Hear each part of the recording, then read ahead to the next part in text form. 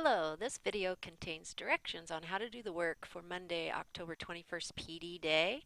We are going to update our course descriptions and course rationales for every course that we teach here, and this is the continuing work to get that guaranteed and viable curriculum. If you didn't watch the first video about the shared drives, then please do that. And let's get on the same page with vocab. So course description is a general brief summary of what the student is going to learn in the course. A course rationale is a general brief description of the purpose or why do we need this course.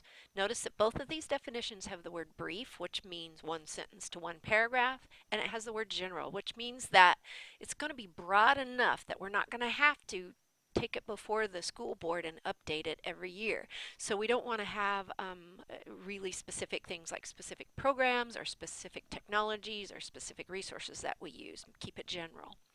So what resources are you going to have to use that day? Well, first of all, you're going to have in your hand a hard copy of every one of the K-12 board approved course rationales and course descriptions, the current ones, from your particular content area.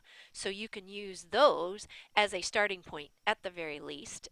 You'll have them for examples, for wording, for transitions, for consistency, for ideas about what these things even are. Notice I put you with friends from your building in your content area if there were such people. But regardless, you do have access to all of these shared documents and all of the work that's going to be done at that time on Monday. There's one delineation I want you to understand. The elementary in the past decided that each content area was going to have a shared rationale, and then each course description would delineate between the grade levels. For example, K5 ELA had one single course rationale, really a content rationale, and they used that same one for K through 5. And then each course description was separate. So kindergarten ELA course description, first grade ELA course description. And that's a great practice, and that would be fine if you want to continue that work.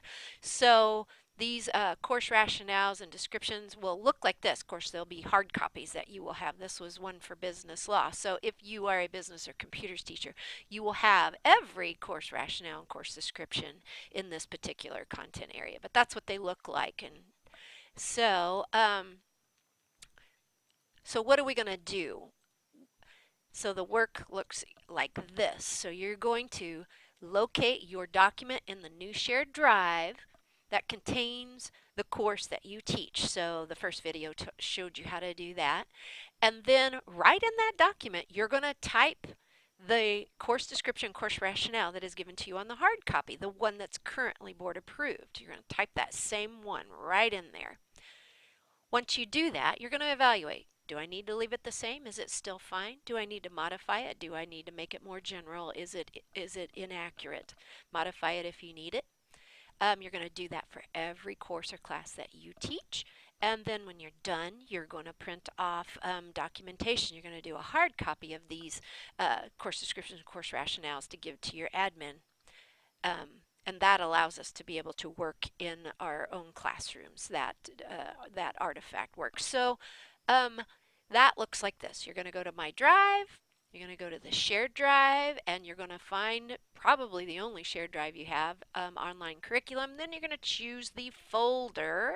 Let's say I'm second grade, so I'm going to choose K5, and I know that I teach math, so I locate, look there, there's the math course description and course rationale. So in second grade, I'm going to look on the hard copy that I've been given, and I'm going to write in that course rationale, which ends up being the same for all of these guys, at least at the beginning. And then I'm going to write in the course description. And then I'm going to evaluate it and modify it and talk to my grade mates and see, is it good as it is? Do I need to update it? And then I realized, well, that's not all I teach. I also teach ELA. So I'm going to go in the ELA document and I'm going to do the exact same thing for type in the course rationale, course description that I have on my hard copies and modify it if it is needed. I'm going to do that for absolutely everything that I teach. And then I'm going to print off hard copies for my administrator, and that is the work. So here are a couple of things that you might see as you're doing this work. For instance, one of the eventualities could be that there's a course in that shared drive document that you don't teach anymore, that no one teaches anymore.